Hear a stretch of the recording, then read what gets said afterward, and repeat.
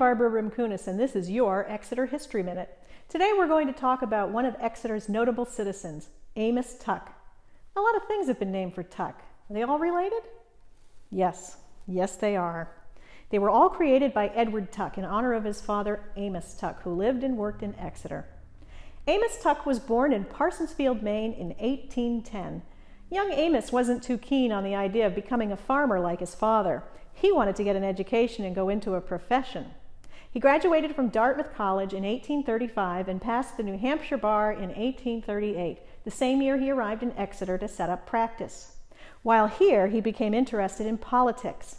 The 1840s and 50s were a volatile time in American politics. The issue of slavery had become an unsolvable problem. Tuck began his political career as a Democrat, getting elected to the New Hampshire state legislature in 1842.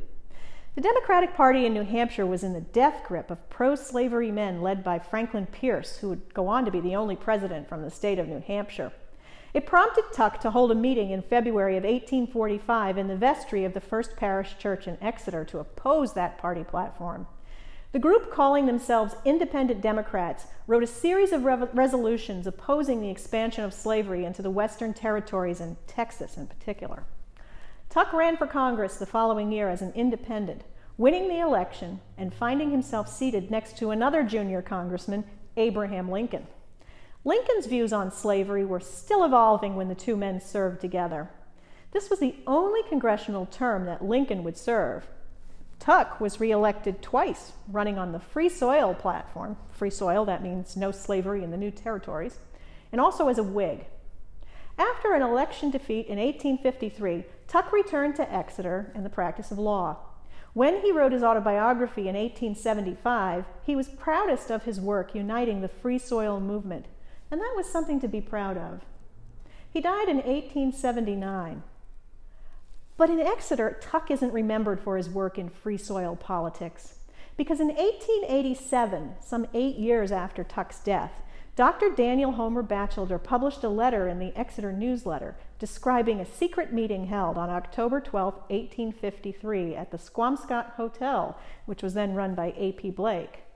At the meeting, attended by 14 men of various political parties, Batchelder says that Amos Tuck proposed the creation of a new party to be called the Republican Party. Of the 14 men in attendance, none of them were still around when Batchelder published the letter, so it's a bit difficult to confirm. In spite of this, the story took hold, and today there's a plaque on the building describing it as the birthplace of the Republican Party. Interestingly, Tuck himself never mentions this meeting, although his son Edward was supportive of the idea.